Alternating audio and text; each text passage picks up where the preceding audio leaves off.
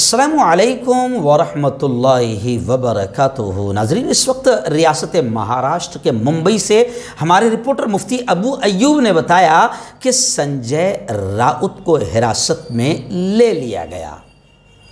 रात देर गए ये मामला पेश आया और पूरे महाराष्ट्र में खलबली मच गई।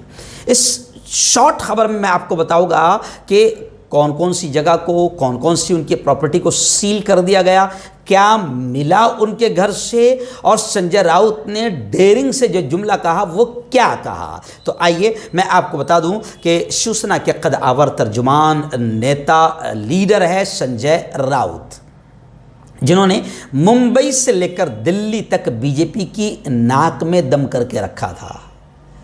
और आप जानते हैं कि बीजेपी इस वक्त एक ही घटिया और नीच हरकत इख्तियार कर रही है अपनी अपोजिशन को दबाने और कुचलने के लिए। कांग्रेस का, अपोजिशन का, महाविकास अघाड़ी का तमाम का एक ही कहना है कि बीजेपी सिर्फ नीच हरकत ये कर रही है कि अपनी अपोजिशन को ईडी या तहकीकाती एजेंसियों के ज़रिए से डरा रही है, धमका रही है। और यही नीच हरकत उसने महाराष्ट्र की हुकूमत गिराने में की है कि किसी को डराया, किसी को करोड़ों दिया, किसी को लालच दी, किसी को लॉलीपॉप दिया, किसी को कुर्सी दी, और महाराष्ट्र की महाविकास अघाड़ी जमहूरी तरीके से जीती हुई हुकूमत को गिराया। चलिए आइए, अब संजय राउत लगातार बीजेपी के लीडरों के खिलाफ बयान दे रहे हैं और नाक में दम कर रखा था।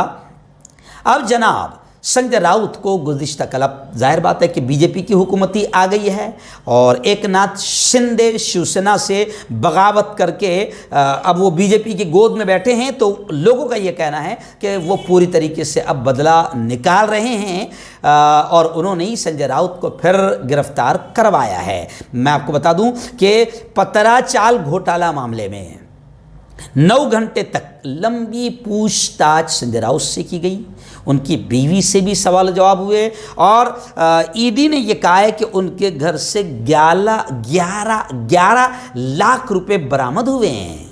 तो अब लोग ये कह रहे हैं कि भाई आजकल तो 5-10 लाख तो आम व्यापारी और बिजनेसमैन के घर में आपको मिल जाएंगे, आम आदमी के घर में मिल जाएंगे जो छोटा मोटा गाड़ियाँ ले बेच का कारोबार करता है, उसके यहाँ भी आपको 10-15 लाख मिल जाएंगे। अब इतने बड़े मंत्री के घर से अगर 11 लाख मिले भी है तो वो कोई बड़ा मसला नहीं है, लेकिन अब वो उसको कैसे मोड़ा जाएगा वो ईडी ही जानती है। वहीं पर ये खबरें हैं कि उनके दादर का जो फ्लैट है संजय राउत का वो भी सील कर दिया गया। लेकिन संजय राउत ने फिर जाते जाते यही कहा कि झुकेंगे नहीं, डरेंगे नहीं। शिवसेना लीडर संजय राउत ने ट्वीट किया, उनके रिहाइशगाह पर गुज़िश्ता कल शिवसैनिकों का बहुत ज़बरदस्त इज्तिमा हुआ, भीड़ हुई। उद्धव ठाकरे ने गिरफ्तारी का खदशा जाहिर किया है कि संजय राउत को पूछताछ के लिए ले जा रहे हैं, लेकिन जेल के सलाखों में ठूंस देंगे, गिरफ्तार करेंगे, क्योंकि अभी बीजेपी यही घटिया हरकतें दबाने और कुचलने के लिए कर रही है। हालांकि संजय राउत के वकील ने कहा है कि राउत बयान दर्ज कराने ईडी दफ्तर में गए हैं, न उन्हें गिरफ्तार किया गया है, न ही उन्हें हिरासत में लिया गया है।